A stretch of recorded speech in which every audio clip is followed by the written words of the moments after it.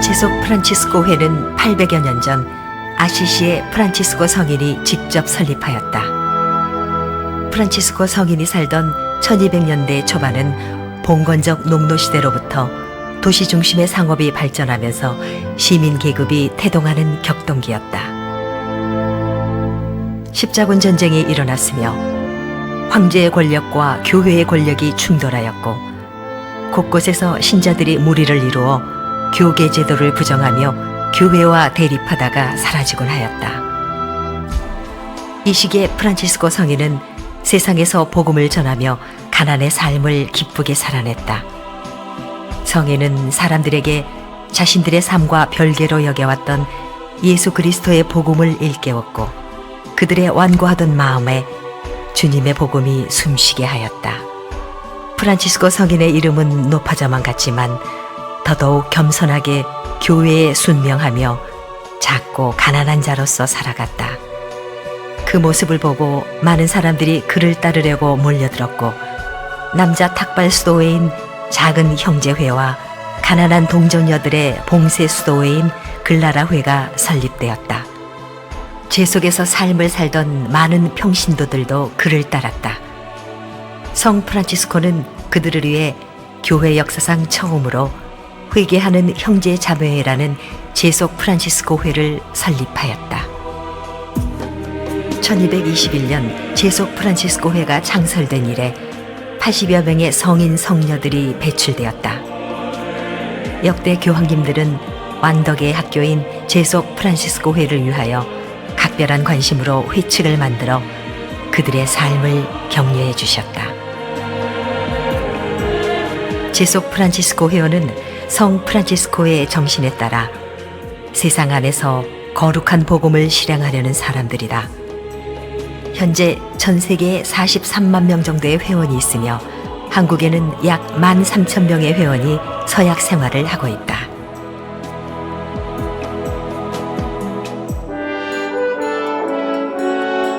한국 제속 프란치스코 회는 작은 형제회가 한국에 진출한 1937년에 오기선 신부와 이광재 신부가 입회하면서부터 시작되었다. 하지만 1922년에 이미 뉴욕에서 장면 장발 형제가 서약을 하였고 두 사람은 귀국 후에 오기선 신부와 함께 제속 프란치스코 회의 초석을 다지는 역할을 하였다. 11월에는 한국의 프란치스코라 불리는 김익진 형제가 단독 입회하였고 12월에는 해화동 성당에서 정지용 시인, 류홍렬, 조종국 등 28명의 입회식이 거행되었다. 이듬해에는 제주의 최정숙 자매가 단독 입회하였다. 오기선 신부는 장면 장발 형제와 함께 해화동 성당을 중심으로 형제회 창설을 추진하였고 1939년 서울 형제회가 탄생되었다. 당시 서울 형제회 회원들은 교회 안에서 적극적으로 활동하면서 평신도 활동을 활발히 전개하였다. 같은 시기에 대전에서는 제속 프란치스코 회 회칙을 따르는 미혼 여성들의 공동체가 도요한 신부의 지도를 받으며 성장하고 있었다.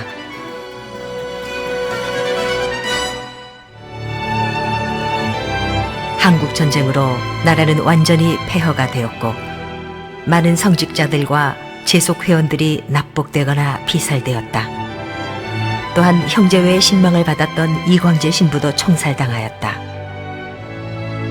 형제회는 지도 신부와 임원들을 잃고 공백 상태가 되고 말았다. 한국 전쟁이 끝난 후 작은 형제회 공 안드레아 신부는 오기선 신부와 함께 형제회를 재건하기 위하여 노력하였다. 곳곳에 흩어져 있던 단독 회원들을 모아 형제회를 결성하였다. 한국 진출 25주년을 맞아 첫 전국 대회가 대전 목동 수도원에서 열렸다. 이듬해인 1963년 전국연합회가 발족되었다. 곳곳에서 형제회가 설립되고 성장하였다. 제가 1962년 그때 대전 목동 강당 뒤에 형제 여러 군데에서 일했었죠. 그러나 지금 따로 살았기 때문에 제가 다 불러가지고 연합회 만들었어요. 이번에 꼭 90년 됐어요. 그때 장면 박사는 회장님으로 선출되었어요. 1966년 한국 제속 프란치스코회의 큰 기둥이었던 장면 회장이 67세로 선정하면서 한국연합회는 6년간이나 중단되었다. 1967년 서울 대방동 성당에 형제회가 설립되었고 1969년 꼰벤뚜알 수도회에서 대구 범어동 성당을 중심으로 형제회를 설립하였다. 1976년 사부님 서거 750주년 기념식과 전국대회를 개최하였다. 전국에서 많은 형제회와 지구협의회가 설립되었다. 1978년에는 교황 바오로 6세의 새로운 회칙 세라핌적 사부가 반포되었다. 한국연합회는 단위 형제회들을 자주 방문하여 격려하였다. 또한 형제회의 성장에 대비하여 교육을 강화하였다.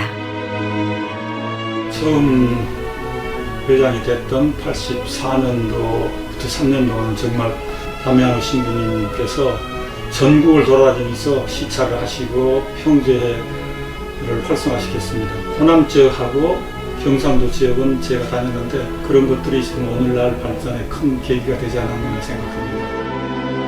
회칙이 충분히 연구되지 않은 상태였기 때문에 제도적인 질서를 잡는데 초기에는 참 어려움이 많았다고 생각합니다. 그런 차원에서 지도자 연수회, 젊은이들 모임, 청장년 모임, 수련장 학교, 전국 입회 서약식을 강화하는 이런 활동을 굉장히 많이 했었습니다. 1987년 형제회는 한국 진출 50주년과 전국연합회 25주년을 맞이하였다. 1990년대부터는 한국교회의 교구 설립에 맞추어 지구형제회를 설립하여 운영하게 되었다.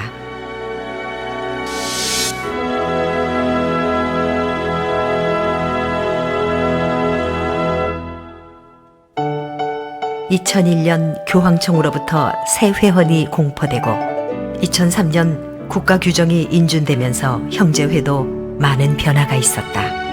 1978년 새 회칙에 따라서 형제회 일치가 꼭 필요했었는데 거기에 대한 문제 중에 하나가 영적 보조를 맡고 있는 수도회 일치였습니다. 그래서 2000년대 초반부터 꾸준히 두 수도회가 작은 형제회와 꼰벤뚜알이 노력해왔습니다. 그래서 결국 2004년에 두 광부장님의 서명을 받은 최종적인 영적 보조자 협의체가 이루어져서 이제 한국에서 프란시스칸 가족으로서 단일한 모습으로 하게 되었습니다.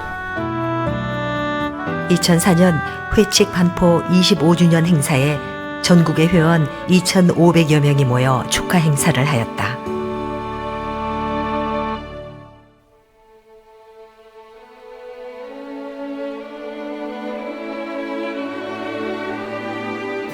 한국의 제속 프란치스코회 회원들은 교회에 순명하며 본당과 교구에서 개별적으로 활동하면서 서약의 삶을 실현하고 있다. 또한 형제회의 특수 사도직도 병행하면서 사회의 어둡고 손길이 부족한 곳에서 작고 겸손한 마음으로 조용히 봉사하고 있다. 국가 팽개만으로는 새 회칙과 개헌의 정신대로 형제 봉사하기가 어렵기 때문에 국가 팽개에 각종 위원회를 구성하기 시작했습니다. 그것이 양성위원회였고 사회 안에서 사도적 활동을 조직적으로 하기 위해서 정평창보위원회 그리고 선교위원회를 구성하고 그런 팽이분들도 선출해서 일을 할 수 있게 하고 그런 일들을 했죠. 양성위원회는 모든 회원들이 프란치스칸 삶을 제대로 살아갈 수 있도록 평생 지속 가능한 양성 시스템을 만드는 데 힘을 기울이고 있다. 정평창보위원회는 소외된 형제들과 함께하고 전 세계적인 환경 재앙을 막기 위한 프란치스칸 생태 영성을 제시하며 실천을 위해 노력하고 있다. 선교위원회를 신설하여 중국의 선교사를 파견하고 북방 선교를 지원하는 등 다가올 통일에 대비한 선교 역량을 키우고자 노력하고 있다. 또 전 세계에 있는 재속 프란치스칸들과도 형제애를 나누고 세계에서 일어나고 있는 재난에도 관심을 갖고 재난 구호금을 보내고 있다.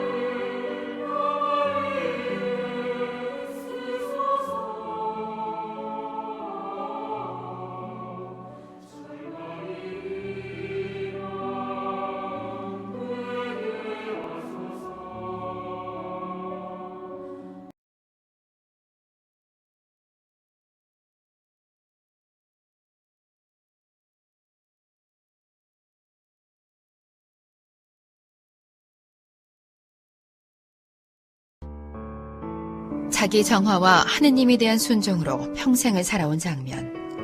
명륜동 자택에서 68의 나이로 조용히 생을 마감한다. 국민장으로 치러진 그의 장례식, 10만여 명의 조문객들이 그의 마지막 길을 함께했다. 그는 마지막까지 재속 프란치스코 회원이었다. 재속 회원으로는 최초로 작은 형제의 일회원으로 인정받아 하느님의 품으로 돌아갔다. 그 전에 바로 이제 아프실 때 우리 일회에서 로마의 총장님께 이제 특별 그 허가를 받아가지고 그런 일이 벌어진 것 같습니다. 그래서 편입이라고 이렇게 번역이 됐는데 제가 라틴 말로 이제 그때 그 회원을 좀 보니까 그런 대우를 해 주시는 겁니다. 일회원이 되는 건 아니고.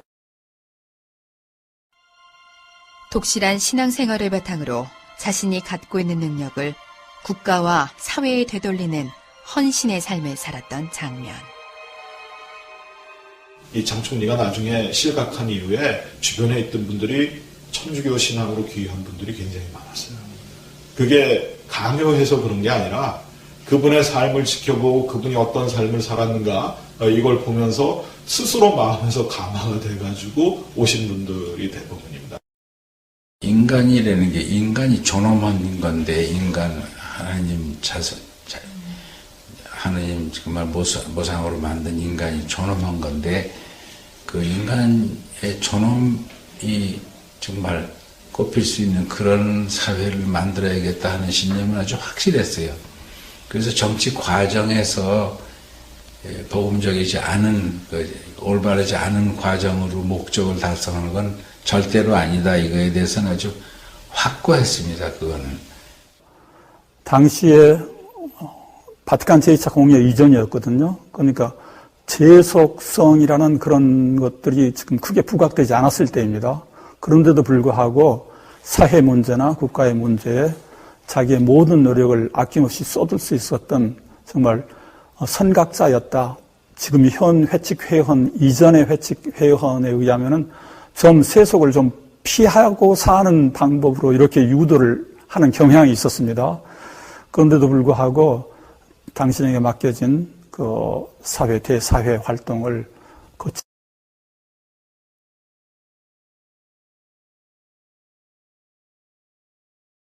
신부님은 이부 각초를 전대도 없고 두벌 옷도 없고 검은 고무신을 신고 옥양용 와이셔츠에 흰 문형 바지를 입고 외국에 신경 쓰지 못하는 이광재 신부의 모습을 안쓰러워한 신자들. 어렵사리 구한 명주로 바지 저고리 한 벌을 새로 지어드렸다. 그러나 얼마 후 동네 거지가 그 옷을 입고 있었다. 신자들의 볼멘 소리에 그는 이렇게 말했다고 한다. 예수님이 우리를 찾아오실 때 어떤 모습으로 찾아오실 것 같소? 바로 가장 보잘것없는 작은 자의 모습으로 오신다고 했으니 너무 섭섭해하지 마시오. 성 프란치스코, 그들이 닮은 이유가 바로 여기에 있다. 그가 가난과 복음, 철저한 그리스도 중심 생활을 이어올 수 있었던 것도 바로 제속 프란치스칸이었기 때문이다. 1937년 9월 28일 작은 형제회 도요한 형제의 주례로 선배인 오기선 신부와 함께 사제로서 우리나라 최초로 제속 프란치스코회에 입회한다. 가난한 이에게 자신의 옷을 벗어줄 수 있는 사랑, 죽음을 두려워하지 않는 복음의 열정, 바로 이광재 디모테오 신부가 프란치스칸 정신을 늘 가슴에 품었기 때문. 47년. 네. 신부님이 원산에 저를 데리러 왔어. 그래서 신부님 생모라고 하고 이복을 다 변장하고 그렇게 하고 이 보따리 하나 싸줘서 저는 저기 바다로 그래서 모두 이강재 신부님한테 넘어온 수녀가 우리 이렇게 셋하고 저 양반하고 너희하고 넷이고 그러니까 저 양반 우리도 돌아가신 분이 네 분이에요. 사베리아 수녀와 베네딕타 수녀는 연길의 베네딕토 수녀의 출신의 수도자들이다. 이들이 이광재 신부를 만나지 않았더라면 수도 생활이 오늘날까지 이어지긴 어려웠을 것이다.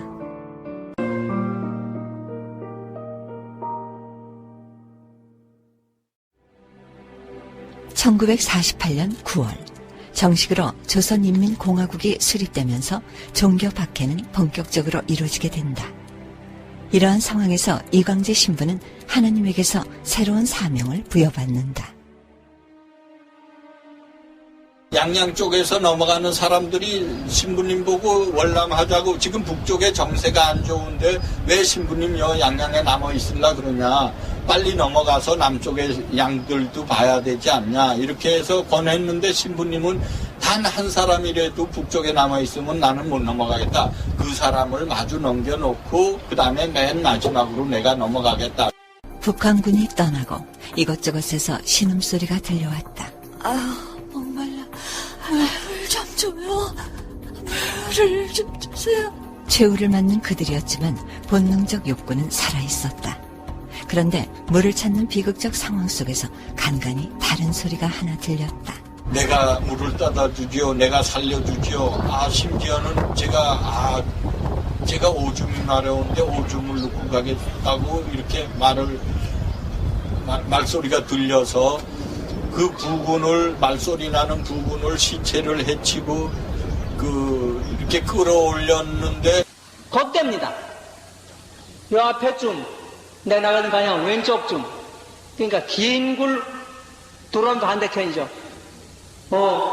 조금 참아 내가 도와주지.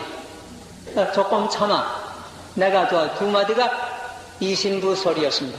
틀림없는 이광재 신부였다. 이미 두개골은 파열된 상태였지만 의식불명에서도 한 소리만 기적처럼 반복하는 것이었다. 내가 가서 구해줄게. 주님, 제가 갈게요. 최후의 순간까지 자신이 아니라 죽어가는 이웃을 생각했던 목자. 10월 9일 그가 지상에서 이별을 고한 마지막 시간이다.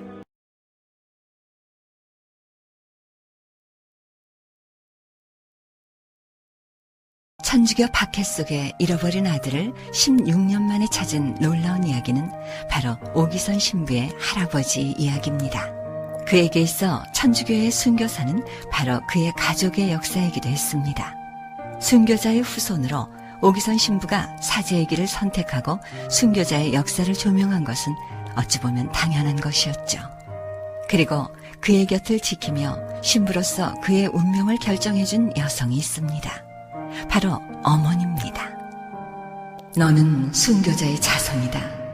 그러니 순교자 후손답게 살아야지 하는 마음으로 일생을 살아가거라. 그러면 틀림없이 너의 신부 생활은 빛날 것이다. 어머니의 든든한 지원 속에 오기선 신부는 14살이 되던 해 성심신학대학 부속 중학교에 입학합니다.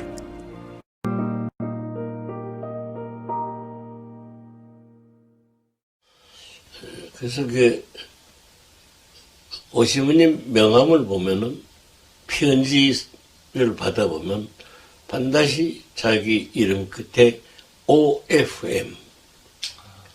그게 뭐 하는 건가 하고 처음엔 다른 신부님들은 없는데 이 양반은 꼭 그걸. 그래서 이게 뭡니까 하겠더니 프란시스칸이라는 뜻이다. 근데 오기선 신부를 부를 때마다 꼬리표처럼 따라다니는 말이 있습니다. 바로 최초라는 말이죠. 최초의 형제 신부, 최초의 운전면허증 소유 신부, 최초의 양복 착용 신부. 그러나 그중 가장 의미 있는 최초는 바로 한국교회의 첫 번째 제소 프란치스코의 사제라는 것입니다. 당시 나는 해화동 성당의 주임 신부로 있으면서 일찍이 미국에서 3회에 입회한 장면, 장발 두 형제와 친분이 두터웠다. 또한 그때 동생 오기선 신부가 일본 나가사키에 있는 꼼벤뚜알 프란치스코 수도회 회원이자 성모 기사회 창설자 막시밀리언 콜베 신부의 제자로서 프란치스코 성인에 대한 존경과 흠모가 남달랐기에 나도 프란치스코 성인을 따라 그리스도의 길을 걷고자 했다. 하지만 1회원이 될 수 없었기에 3회에 입회하여 세속에서도 프란치스코를 따르는 사제가 되기로 결심했다.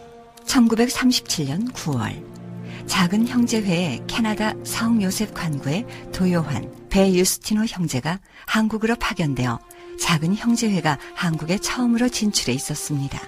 오기선 신부는 도요한 형제를 찾아 3회에 입회를 했고 이때 이광재 신부도 함께 프란치스코 3회에 입회합니다. 프란치스코 수도회가 한국에 들어온 지 보름 만에 오기선 신부는 제속 프란치스코의 회원이 되었습니다.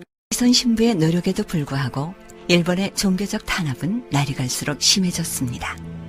1942년 오기선 신부는 신의주 성당으로 가게 되어 전국 회원들을 지도할 수 없게 됩니다.